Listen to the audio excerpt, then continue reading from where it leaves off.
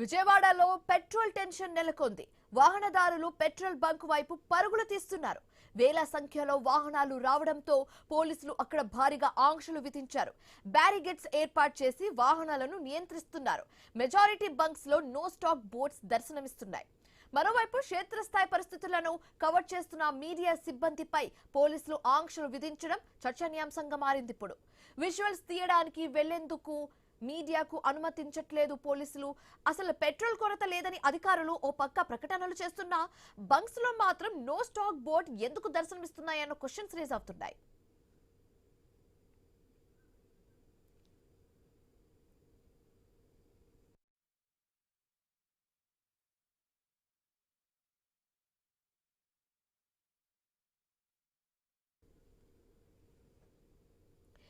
విజయవాడలో petrol tension నెలకొంది. వాహనదారులు పెట్రోల్ బంక్ వైపు పరుగులు తీస్తున్నారు. వేల సంఖ్యలో వాహనాలు రావడంతో పోలీసులు అక్కడ భారీగా ఆంక్షలు విధించారు. మనం చూస్తున్న విజువల్స్ లో కొన్ని బంక్స్ వద్ద నో స్టాక్ బోర్డ్స్ కనిపిస్తున్నాయి అండ్ కొన్ని బంక్స్ వద్ద చాలా రష్ కనిపిస్తున్న సిచ్యువేషన్ మనం చూస్తున్నాము. అయితే సిచ్యువేషన్ ఏ విధంగా ఉందో విజయవాడలో చెప్పడానికి మా కరెస్పాండెంట్ హరీష్ సిద్ధంగా ఉన్నారు.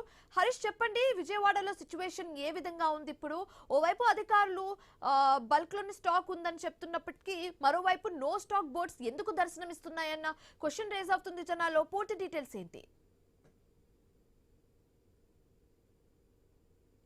సంబంధించినటువంటి స్టాక్ అందుబాటులో ఉండటం పైన కొంతవరకు గందరగోళమైనటువంటి పరిస్థితులు మనకి కనిపిస్తున్నాయి. ప్రధానంగా ఏపీలో ఉన్నటువంటి కీలకమైనటువంటి వంకుల్లో ఇప్పటికే పెద్ద ఎత్తున వాహనాలు బారులు తీరినటువంటి సిచ్యువేషన్ కనిపిస్తుంది. ఎందుకంటే పెట్రోల్ దొరకట్లేదు, డీజిల్ దొరకట్లేదు, స్టాక్ అందుబాటులోకి రావడం లేదు అనేటువంటి ఒక ప్రచారం జరుగుతున్నటువంటి నేపథ్యంలో కొంతమంది వాహన చోదకులు ముందుగానే స్టాక్ పెట్టుకోవాలి, ట్యాంక్స్ ని ఫిల్ చేసుకోవాలి అనేటువంటి ఉద్దేశంతో పెట్రోల్ ఉన్నా లేదంటే అవసరం లేకపోయినా కానీ ముందస్తు జాగ్రత్తల్లో భాగంగా పెట్రోల్ ని నింపుకోవాలనేటువంటి ఒక ఆలోచన చేస్తున్నారు. దీంతో పెద్ద ఎత్తున వాహనదారులు పెట్రోల్ బంకుల వద్దకు చేరుకున్నటువంటి సిచ్యువేషన్ ఉంది. మరోవైపు ఈ రోజు ఆదివారం కావడంతో ఇతరత్ర ప్రాంతాలకు వెళ్లాల్సినటువంటి వాళ్ళు, ఇతర ప్రాంతాల నుంచి రావాల్సినటువంటి వాళ్ళు, ప్రయాణాలు పెట్టుకున్నటువంటి వాళ్ళు, ఇంకోవైపు వివాహాలు, ఫంక్షన్స్ కూడా పెద్ద ఎత్తున జరుగుతున్నాయి. మొత్తం రష్ అంతా కూడా పెద్ద ఎత్తున బంక్స్ మీద కనిపిస్తున్నాయి. ఆ బంక్స్ మీద రద్దీ పడినటువంటి నేపథ్యంలో కొన్ని బంకుల్లో ఈరోజు ఆదివారం స్టాక్ కు సంబంధించినటువంటి అంశంపై కూడా చర్చనీయాంశంగా మారింది. కొన్ని బంకులు స్టాక్ లేవని చెప్పి బోర్డు పెట్టడం, ఉన్న బంకుల్లో పెద్ద ఎత్తున వాహనాలు బారులు తీరటం,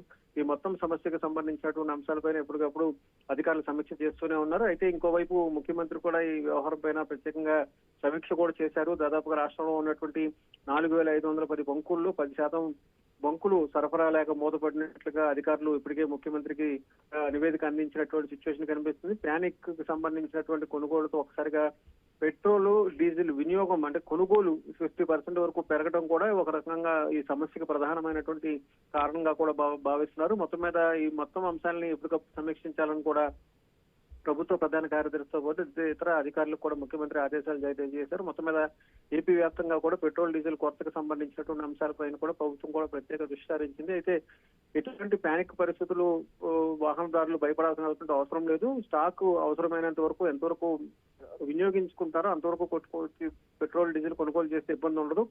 అలా కాకుండా ముందుగా స్టాక్ ఎక్కువగా ట్యాంక్స్ ని ఫుల్ చేసుకునేటువంటి ప్రయత్నం చేస్తే కొంతవరకు ఎక్కువగా కన్జంప్షన్ జరిగేటువంటి అవకాశం ఉంది. కాబట్టి ఆ ప్రభావం కూడా వాహనదారుల మీద పడేటువంటి అవకాశం ఉందనేటువంటి అభిప్రాయం కూడా అధికారులు వ్యక్తం చేస్తున్నారు. థాంక్యూ హరీష్.